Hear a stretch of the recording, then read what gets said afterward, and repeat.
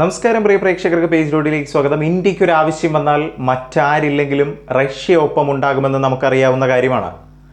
ഇപ്പോൾ ഇന്ത്യയും റഷ്യയും തമ്മിൽ വീണ്ടും കൈകോർക്കാനൊരുങ്ങുന്നു എന്ന വാർത്തയാണ് ചില റിപ്പോർട്ടുകളുടെ അടിസ്ഥാനത്തിൽ പുറത്തുവരുന്നത്.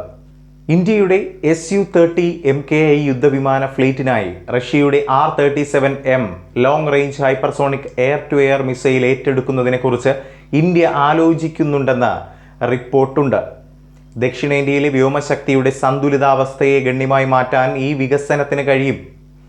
നാറ്റോ പദവിയായ AA-13 ആക്സ് ഹെഡ് എന്നും അറിയപ്പെടുന്ന R-37M ആഗോളതലത്തിൽ ഏറ്റവും നൂതനമായ ബിയോണ്ട് വിഷ്വൽ റേഞ്ച് BVR മിസൈലുകളിൽ ഒന്നാണ്. 300 മുതൽ 400 വരെ കിലോമീറ്റർ വേഗത കൈവരിക്കാൻ ഇതിന് കഴിയും. കൂടാതെ മാക് 6 ഏകദേശം 7400 കിലോമീറ്റർ മണിക്കൂറിൽ വരെ വേഗത കൈവരിക്കാനും ഇതിന് കഴിയും. ഇത് AWACS പോലെയുള്ള ഉയർന്ന മൂല്യമുള്ള വ്യോമ ലക്ഷ്യങ്ങളെ ടാർഗറ്റ് ചെയ്യാൻ, അതുപോലെ ടാങ്കറുകൾക്ക് ഇന്ധനം നിറയ്ക്കൽ, ശത്രു പോരാളികളെ നിലവിലെ മിക്ക എയർ ടു എയർ മിസൈലുകളുടെയും പരിധിക്കപ്പുറത്തേക്ക് ആക്രമിക്കാൻ പ്രാപ്തമാക്കുന്നു എന്നതാണ്. ഇനേർഷ്യൽ നാവിഗേഷൻ, മിഡ് കോഴ്സ് അപ്ഡേറ്റുകൾ, ആക്റ്റീവ് റഡാർ ഹോമിംഗ് എന്നിവ സംയോജിപ്പിച്ച് സങ്കീർണമായ ഒരു ഗൈഡൻസ് സിസ്റ്റം ഈ മിസൈലിൽ സജ്ജീകരിച്ചിരിക്കുന്നു. ഇത് സങ്കീർണമായ ഇലക്ട്രോണിക് യുദ്ധ പരിതസ്ഥിതികളിൽ പോലും ലക്ഷ്യങ്ങളെ സ്വയം ട്രാക്ക് ചെയ്യാനും ഇടപഴകാനും അനുവദിക്കുന്നു.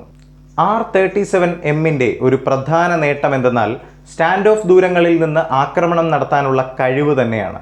അതായത് ഇന്ത്യൻ പൈലറ്റുമാർക്ക് പാകിസ്ഥാന്റെ F-16S അല്ലെങ്കിൽ AWACS പോലെയുള്ള ശത്രു വിമാനങ്ങളെ അവയുടെ കണ്ടെത്തൽ മേഖലകളിലോ ഇടപെടൽ മേഖലകളിലോ പ്രവേശിക്കാതെ തന്നെ നേരിടാൻ കഴിയുമെന്നതാണ്. ഈ കഴിവ് പാകിസ്ഥാന്റെ വിലയേറിയ വ്യോമ നിരീക്ഷണത്തെയും യുദ്ധ പ്ലാറ്റ്ഫോമുകളെയും വളരെയധികം ദുർബലമാക്കും. കാരണം R-37M പരിധിയും വേഗതയും പാകിസ്ഥാന്റെ നിലവിലെ AIM-120C AMRAAMകളെക്കാളും ചൈന വിതരണം ചെയ്യുന്ന PL-15 മിസൈലുകളെക്കാളും വളരെ കൂടുതലാണ്.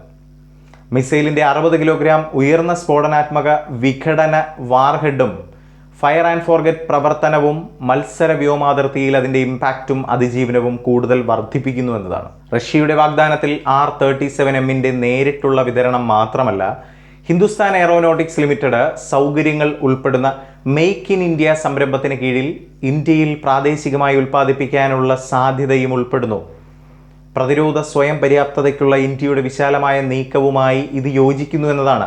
കൂടാതെ റഷ്യയുമായുള്ള തന്ത്രപരമായ പങ്കാളിത്തം കൂടുതൽ ആഴത്തിലാക്കുകയും ചെയ്യും. എന്നിരുന്നാലും R-37M Su-30 MKIയിൽ സംയോജിപ്പിക്കുന്നതിന് വിമാനത്തിൻ്റെ റഡാറിലും അഗ്നി നിയന്ത്രണ സംവിധാനങ്ങളിലും ഗണ്യമായ നവീകരണം ആവശ്യമായി വരും. കാരണം മിസൈലിൻ്റെ പരമാവധി പരിധി നിലവിലുള്ള ബാഷ് റഡാറിൻ്റെ കണ്ടെത്തൽ ശേഷിയെ മറികടന്നു നിൽക്കുന്നതുകൊണ്ടാണിത്. ഉക്രൈനിൽ റഷ്യൻ സേന ഉപയോഗിച്ചതുൾപ്പെടെ R-37M പ്രവർത്തന ചരിത്രം അതിൻ്റെ പ്രതിരോധ മൂല്യം പ്രകടമാക്കുന്നു.